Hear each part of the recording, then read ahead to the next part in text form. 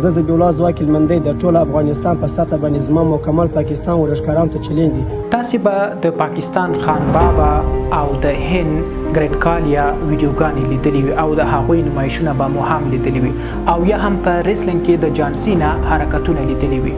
دوی ډیر فالوورز لري، ډیر مینوال لري او په نړۍ کې یو خاص عزت او مقام لري.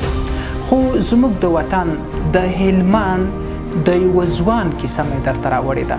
هغه ځوان چې په حقیقت کې داسې حرکتونه کوي چې نړۍ حیرانه کړي. مټې دومره مضبوطې دي چې 2 موټره داسې نیسي او حرکت ترې نشي کولی. وزن 15 کیلو د مویتای په رشته کې فایټ کول، 2 ټیلران په خوله باندې راسره کشول، 2 ټیلران کوونکي وزن په ځان سره تېرول او کرینګان په زور سره نیول، د مرمۍ سپیډ راسره کنټرولول، پلي سره نیول، جالب ریکارډونه مخته راسره وړل. په زړه یې لوی ارمان دا دی چې د افغانستان لپاره ویاړ راوړي.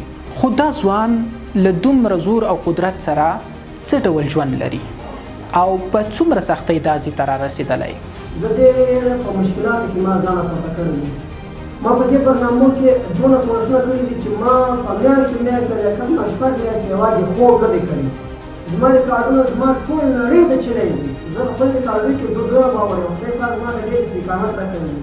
زه ډېر په دې مشکلات کې راغلی یم. زما د اولمپیک د لوبغاړو څخه، زما د خپل افغانستان د مشرانو تجارانو څخه او زما د نړیوالو پیرانو څخه زما دا یو خواهش دی چې ما دې چانس راکړي. په نړۍ کې د ورلډز سټرانګ مین په نوم باندې داسې سیالۍ ترسره کیږي چې په هغې کې د موټرو کش کول، د درانه وزنونو پورته کول، د زنځیرونو ماتول او د غاښ په ذریعه باندې ځینې حرکات او ځینې وزنونه پورته کول. د نړۍ نور قهرمانان چې هغوی یو موټر کش کوي نو ډېر لوی تعداد سره خلک ورته ناست وي او چکچکې ورته کوي. خو د افغانستان دا ځوان هم داسې یو څه غواړي. دی تشویق او هڅونه غواړي. دی غواړي چې نړۍ ته د افغانانو قدرت او طاقت وښایي.